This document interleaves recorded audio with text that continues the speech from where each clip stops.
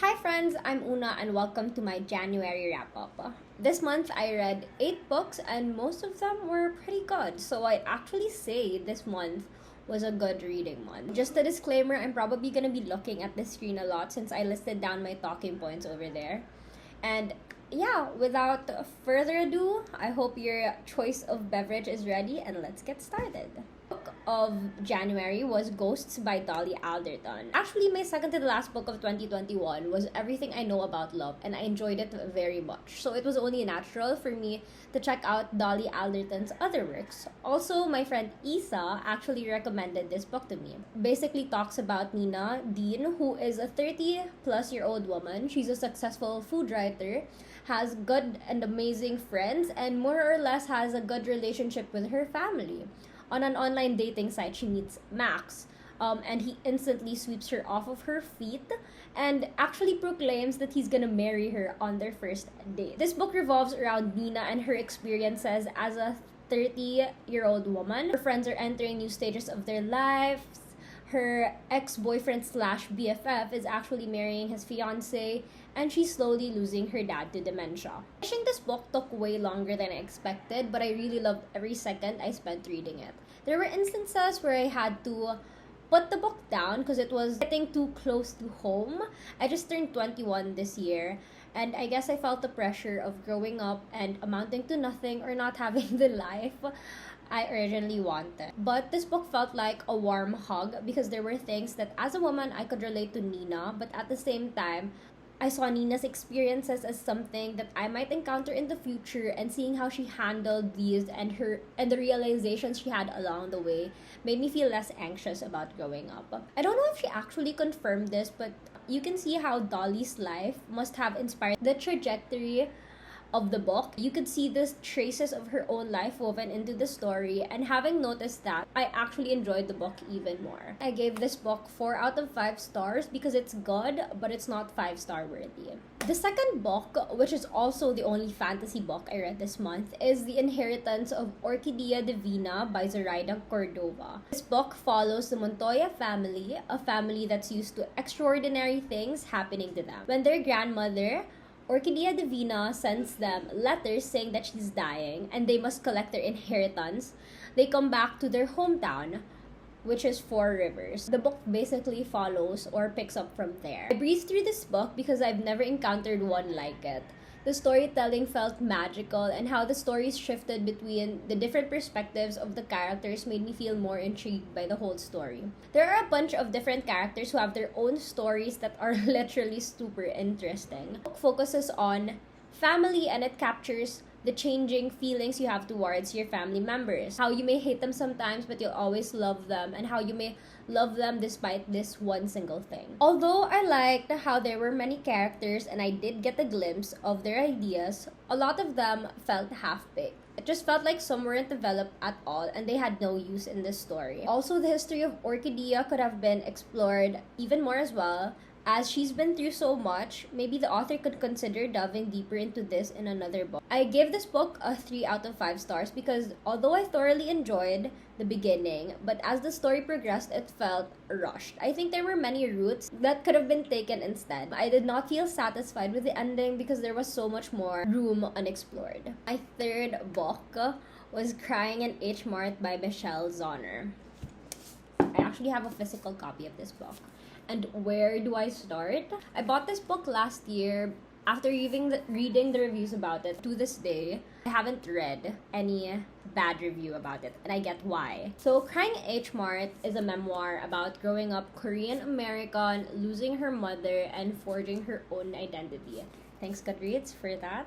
I rarely cry when I read, actually. I've encountered many books that have made me want to cry, but I rarely shed real tears. But this book, I was still in the first chapter, literally barely halfway, when I started crying. This book showed me how complex people are, especially mothers. We have this notion of how mothers should be, and oftentimes we forget how they have their own lives, their own experiences, feelings, and thoughts. Growing up in a Filipino household, I just felt so seen with regards to the parenting style her mother employed. My mother is not the expressive type, but she shows her love through different ways, just like Michelle's mom. I actually texted my mom, "I love you" so many times while reading this book, and I gave her hugs at random moments. To this day, there are moments where I just think about this book and how Michelle was able to put into words the complex relationship a daughter has with her mom. That's how big of an impact this book has left on me. Naturally, I gave this book 5 stars because really I don't think I can articulate how much I love this book. The 4th book I read was Dial A for Aunties by Jessie Q. Sutanto. I started without any expectations. I wanted to read something light and fun, but oh my goodness, this was such a treat. I could not put it down at all. Okay, so this is a mystery, comedy, romance book. I know it sounds chaotic, but listen and trust me on this. Madeline Chan is set up by her mom with a blind date. She kills said blind date and they, Madeline, her mom, and her 3 other aunties try to dispose the dead body. Their whole plan is ruined when the body is shipped to a resort on an island where they're supposed to be part of the organizing committee for the wedding of a multi-billionaire. You think things are bad enough? Well, Maddie's one great love and greatest heartbreak shows up in the venue as well.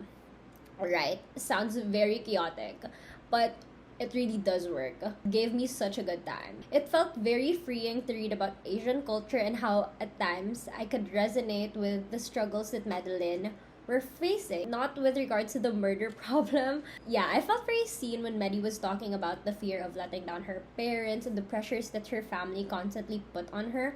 And although it tackled these themes, the author was able to keep it cozy and light, and I actually laughed out loud in a lot of parts. Also, Nathan made me swoon so much, it was crazy. I normally don't get swayed by the main love interest, but Nathan was something else. And although the aunties drove me crazy, there's something very comforting about them.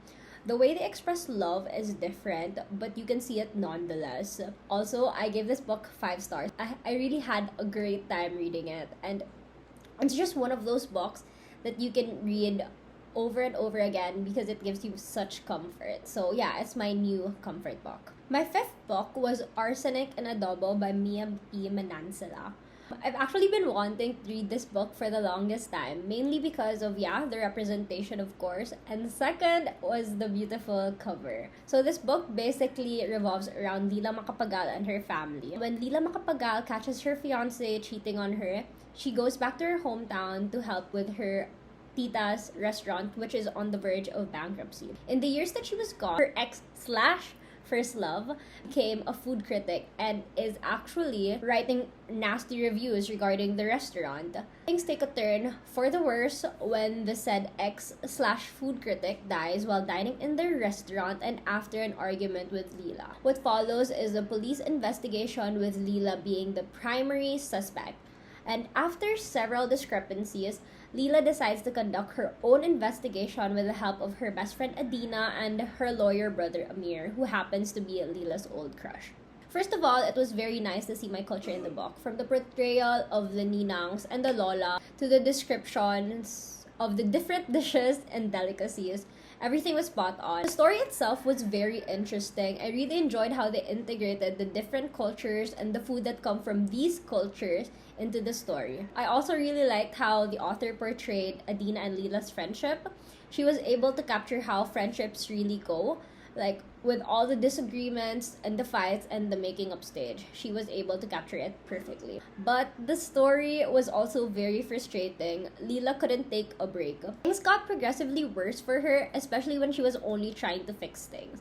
This aspect made me want to drop the book many times. Although I enjoyed it, there was so much potential to explore. It became too frustrating to read in the middle of the book, so I had to power through it a bit. But I'm also very excited to see where the second book goes, and hopefully they delve more into the lives of the different characters. I rated this 3.5 stars, but if you go on my Goodreads, it's actually 4 because you can't rate half stars on Goodreads. My 6th book was Anxious People by Fredrik Backman. I heard so many good things about it, and a lot of my friends, both in real life and on Goodreads, have been leaving 5-star ratings on this book. Anxious People basically revolves around a bank robbery turned hostage situation.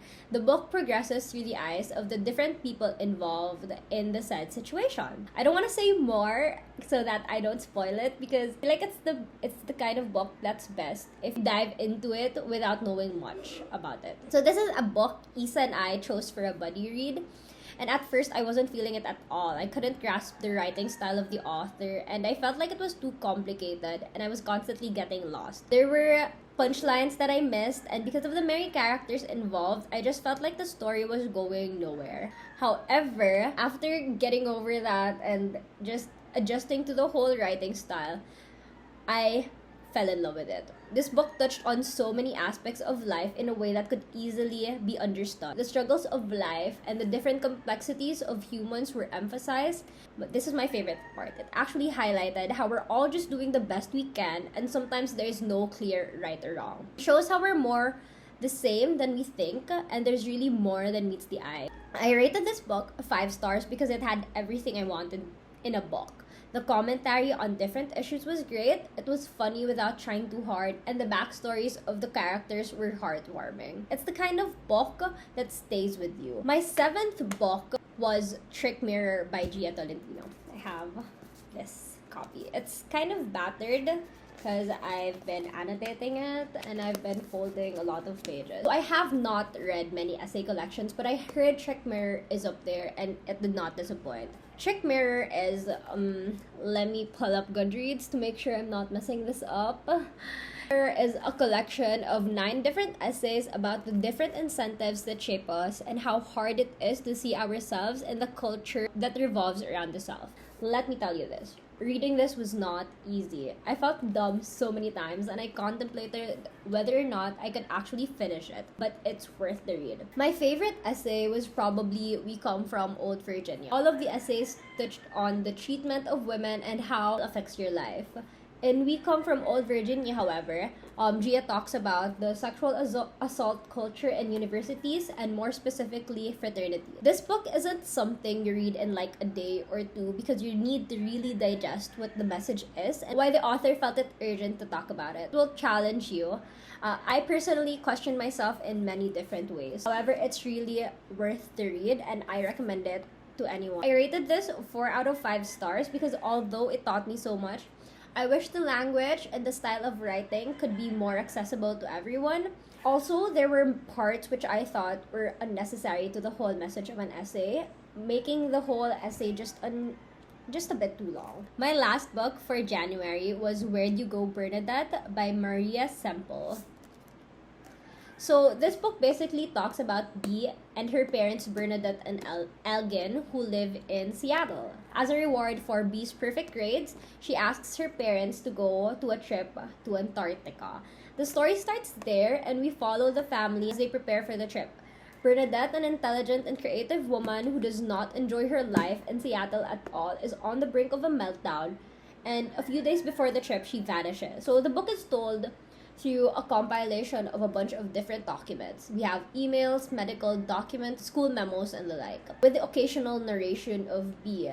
So Bernadette's daughter is trying to piece together the reason why her mother vanished, what really happened that warranted her mother's disappearance, with the hope of finding her. Let me tell you, this was a great read. It was funny, comforting, and endearing, and that's just the tip of the iceberg. I found Bernadette so funny and so lovable, and I was rooting for her the whole time. Her dedication to her craft is inspiring, and after reading the book, I literally wanted to be an artist. My favorite aspect of the book was definitely the mother-daughter relationship. You could feel the love they have for each other, and there were a lot of moments where they had each other's backs and you could really see how their relationship will stand the test of time. I rated this book a 4 out of 5 stars because I wanted a longer ending. I was actually satisfied with how the story went, but the ending could have been so much better. I guess you could say that the ending was satisfying for some, but I wanted a more in-depth